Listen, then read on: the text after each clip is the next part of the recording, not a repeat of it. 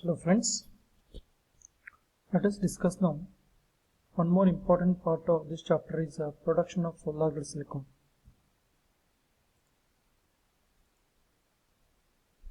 As you know that solar grade silicon has the impurities in the parts per billion level is required for polysilicon used in semiconductor industry. It can be prepared by using two methods. As you know that the two methods are what the cement process and the another one is union carbide process. Let us this method union carbide process which has the three important steps. The first one is production of metallurgical grade silicon by the method of carbothermic reduction of silica. So metallurgical grade silicon has the purity of 98.5% silicon is produced in submerged electric arc furnace. The furnace consists of a crucible filled with the quartz and carbon electrodes are immersed in that, where carbon or coke which is able to reduce the silica to silicon, which is as follows in the reaction. So this is what the quartz means silica, which is placed into the crucible and it is heated at very high temperature with the arc in electric furnace. By using the carbon as the reducing agent, we are able to get the silicon. This is what the metallurgical silicon by the release of carbon monoxide gas. The silicon formed in the state of molten and is tapped from the bottom of the furnace, and the carbon monoxide gas what it is released by the process of heating, it is further oxidized to form the carbon dioxide and it is released into the atmosphere.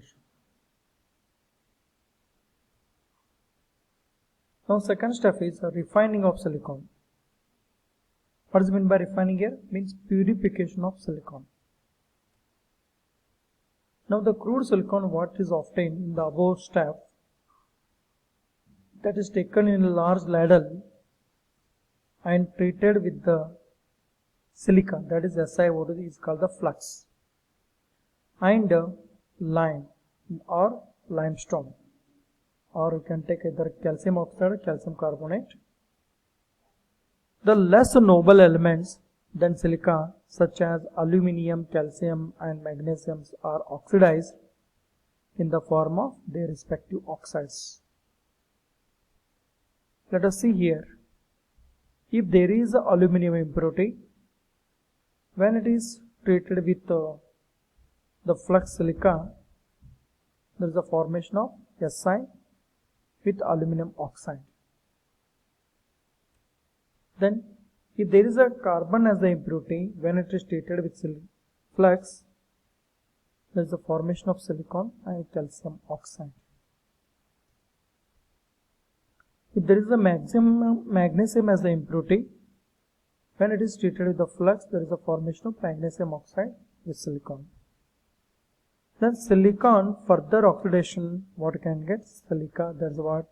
In this way, we can remove the impurities like aluminium, calcium and magnesium with the flux in the form of invisible mass of that is called the slag. Now let us discuss now the union carbide process. So this union carbide process, it involves the following important steps.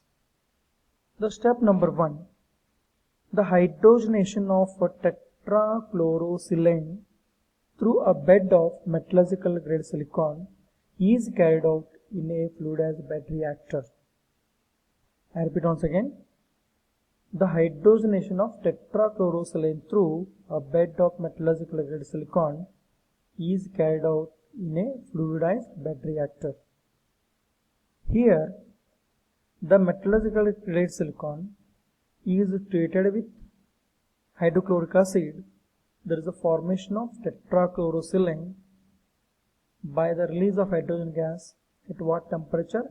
at 300 degree Celsius. Means the hydrogenation of tetrachlorosilane. Look here in the first step what I'm saying here. The molten metallized grade silicon treated with hydrochloric acid, there is a formation of tetrachlorosilane by the release of hydrogen gas. Now this tetrachlorosilane on hydrogenation, so we are able to get the trichlorosilane with HCl at what temperature? At 1000 degree Celsius. Now in step number 2, that trichlorosilane what it is obtained is separated by distillation, while the unreacted tetrachlorosilane is recycled for further hydrogenation as explained in the previous reaction. The purified trichlorosilane is passed through the first bed column filled with quaternary ammonium ion exchange resin, so which is a polymeric material which acts as a catalyst. Here trichlorosilane gets converted into dichlorosilane. As you know that in the previous step what I explained, there is a formation of tetrachlorosilane and trichlorosilane, and the trichlorosilane is separated by the distillation process, while the unreacted tetrachlorosilane is allowed for the further hydrogenation in the reactor. The purified trichlorosilane is passed through the first bed of what? Quaternary ammonium ion exchange resin. Here these are the resins which are fixed in the column, and you are going to pour the trichlorosilane, and it is allowed to stand for several times. So here what happens, the trichlorosilane gets converted into dichlorosilane.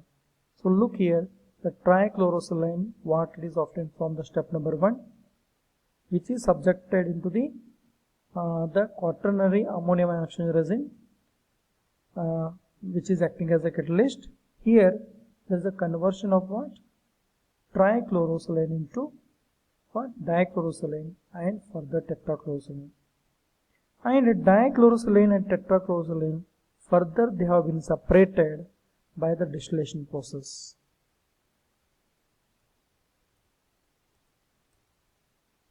In next step, in step number 3, the products formed are what? Separated by the distillation process. That tetrachlorosilane is recycled to the hydrogenation in hydrogen reactor, and the dichlorosilane is what? Now passed into the second fixed bed column of the same quaternary ammonium ion exchange resin, which is filled. Okay, and here what happens, the dichlorosilane further decomposed to form the silane. Look at this reaction. We have here dichlorosilane, which is what? Decomposing into silane and trichlorosilane. Here what happens, this dichlorosilane what we are able to get it from the second step, we are able to pass into the second bed filled with the quaternary ammonium exchange resin. Here dichlorosilane is what? Converted into silane and trichlorosilane.